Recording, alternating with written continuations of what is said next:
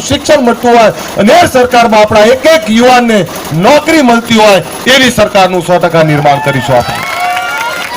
અને એમાં અલ્પેશ ઠાકોર ક્યારે રાજનીતિમાં નથી આવવાનો, પણ મારો નાયતાનો કોઈ યુવાન આ વિસ્તારનો ધારાસભ્ય ને મુખ્યમંત્રી બની બેઠો એ વિચારધારા સાથે નીકળ્યો છું. આપ બધાનો પ્રેમ ને સાથ ને સહકાર આવનારા સમયમાં આવો જ મળતો રહે એ જ વિનંતી સાથે વિનમું છું.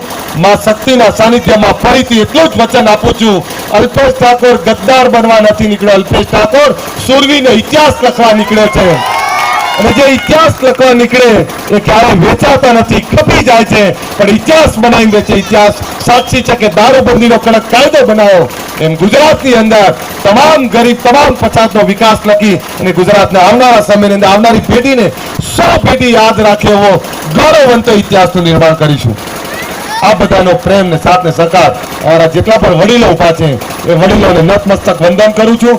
આપનો પ્રેમ આપનો વિશ્વાસ ટકી રહેશે અને આપનો સાથ ને સહકાર આપણા આશીર્વાદ અમારા બધા ઉપર ઉતરે અને આપ બધા હંમેશા અમે આપણા બાળકો છીએ એમને આશીર્વાદ આપો અને અમે નવી તાકાત નવા જોમ ઈમાનદારીથી આ તમામ ગરીબ પછાત તમામ સમાજનો વિકાસ કરી શકીએ.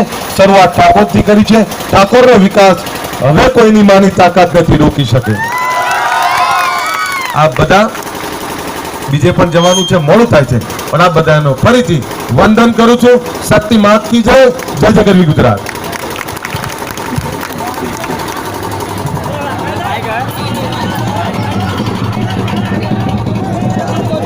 બોલો. હવે જે રેલીવાળા બાઇકના યુવાન મિત્રો છે એમને વિનંતી, પહેલા આપણે જવાનું ડીજે નું જે ગાડી નીકળશે પછી સાહેબની ગાડી પછી જ આપણે બધાને જવાનું છે. એ તો પ્રધાનજી હું કહી દઉં છું, તમને આપી દઈશ પૈસાથી. પ્રધાનજી જ્યાં હોય ત્યાંથી વિનંતી કે જે ઘોડીવાળા ભાઈ છે એમને પેમેન્ટ ચૂકતું કરવાનું છે, આપી દીધા.